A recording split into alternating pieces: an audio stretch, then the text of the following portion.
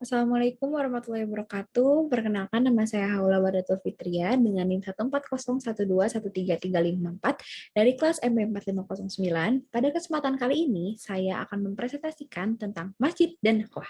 Selamat menyaksikan.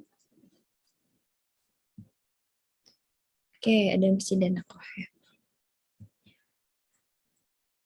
Yang pertama adalah merupakan pengertian dari masjid. Apa sih pengertian masjid itu? Berawal dari kata sajadah dan isim, masjid ini berarti tempat sujud. Bumi adalah masjid bagi kaum muslimin. Islam memerintahkan umatnya untuk membangun masjid. Nah, lalu apa sih fungsi dan peranan masjid bagi umat muslim? Fungsi dan peranan masjid bagi umat muslim yang pertama tentunya tempat kaum muslimin menyembah dan bermunajat kepada Allah Subhanahu wa taala, rumah dan pusat organisasi jamaah dan imamah kaum muslimin, dan yang terakhir ada pusat pengaturan kegiatan jamaah.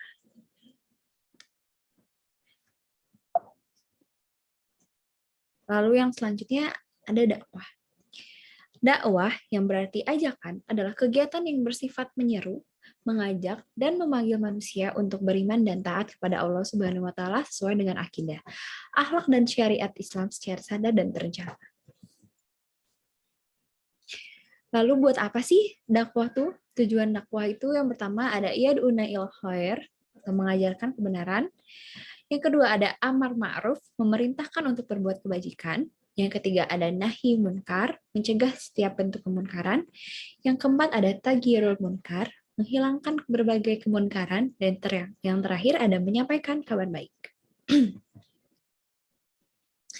Nah, lalu ada dalil dakwah dari Quran Surat Al-Imran ayat 104 yang artinya, dan hendaklah di antara kamu ada golongan orang yang menyeru kepada kebajikan, menyuruh berbuat yang ma'ruf, dan mencegah dari yang munkar.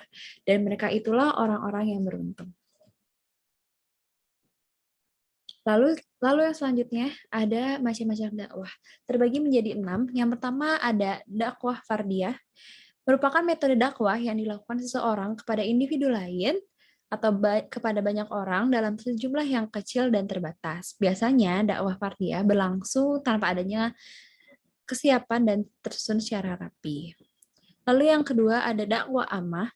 Dakwah ammah ini adalah jenis dakwah yang dilaksanakan seseorang dengan media lisan yang diarahkan kepada orang banyak dengan tujuan memberi pengaruh kepada orang lain. Yang ketiga ada dakwah bilisan. Dakwah bilisan ini adalah dakwah yang secara langsung disampaikan dalam wujud lisan sehingga ada interaksi yang terjadi antara pemberi dakwah dengan orang yang mendengarkan dakwah tersebut. Lalu yang selanjutnya ada dakwah bilhal. Dakwah bilhal merupakan dakwah yang mengutamakan perbuatan nyata. Dakwah jenis ini dilaksanakan dengan maksud tidak cuma membuat pendengar memahami arti yang disampaikan dari dakwah tersebut, tapi juga mengaplikasikan berbagai perbuatan yang dicontohkan tersebut dalam kehidupan sehari-hari. Lalu yang selanjutnya ada dakwah bil tadwin, yaitu merupakan dakwah yang melalui tulisan, baik dengan menertibkan kitab-kitab, buku, majalah, di internet, koran, dan tulisan-tulisan yang mengandung pesan dakwah yang sangat penting dan efektif. Lalu yang terakhir ada dakwah bil hikmah. Dakwah bil hikmah ini merupakan menyampaikan dakwah dengan cara yang arif bijaksana, yakni melakukan pendekatan sedemikian rupa hingga pihak objek dakwah bisa melaksanakan dakwah atas kemauannya sendiri, tidak merasa ada kepaksaan, tekanan, maupun konflik. Nah, lalu hal apa aja sih yang harus dipersiapkan dalam berdakwah?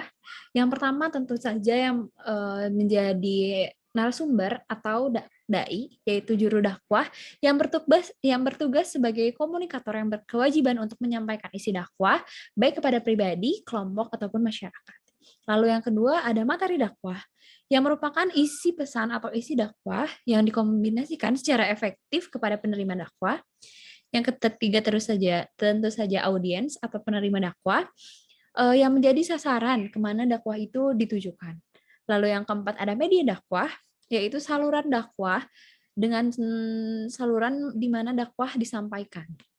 Lalu yang terakhir ada efek dakwah, yaitu hasil yang didapat dan dicapai dengan dakwah yang telah disampaikan. Kata lain dari isi dakwah yang disampaikan itu dapat mencapai sasarannya. Lalu, apa aja sih syarat agar bisa menjadi dai? Yang pertama, mempunyai ilmu pengetahuan yang luas. Yang kedua, pandangan jauh ke masa depan. Yang ketiga, harus arif dan bijaksana. Yang keempat, teguh pendirian. Yang kelima, adil dalam bertindak. Yang keenam, sehat jasmani dan rohani. Yang ketujuh, pandai berkomunikasi. Yang kedelapan, ikhlas. Yang kesembilan, yakin bahwa misinya akan berhasil atau bisa dikatakan dengan optimis. Dan yang terakhir, sabar. Nah, karakteristik dakwah ini ada 9. Yang pertama ada robaniyah, berorientasi kepada Tuhan. Yang kedua ada Islamiyah qobla jamiyah, keislaman sebelum berorganisasi. Yang ketiga syamil atau komprehensif. Yang keempat ada muasiroh atau aktual modern. Yang kelima ada mahaliyah wa amaliyah, nasional dan internasional. Yang keenam ada ilmiah, selaras dengan logika. Yang ketujuh ada basiro Islamiyah atau pandangan Islami. Yang kedelapan ada manaatul Islam atau kebebasan Islam, dan yang terakhir ada inqilabiyah atau perubahan total. Nah, hukum dakwah ini terbagi menjadi 2. Yang pertama ada fardu ain, kewajiban setiap individu muslim. Allah memerintahkan setiap muslim berusaha mengubah kemunkaran yang diketahuinya.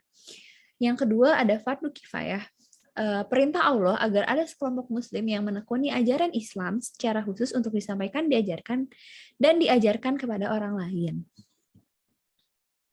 Nah, sekian saja presentasi dari materi masjid dan dakwah ini yang bisa saya sampaikan. Mohon maaf bila ada kesalahan dalam penyampaian.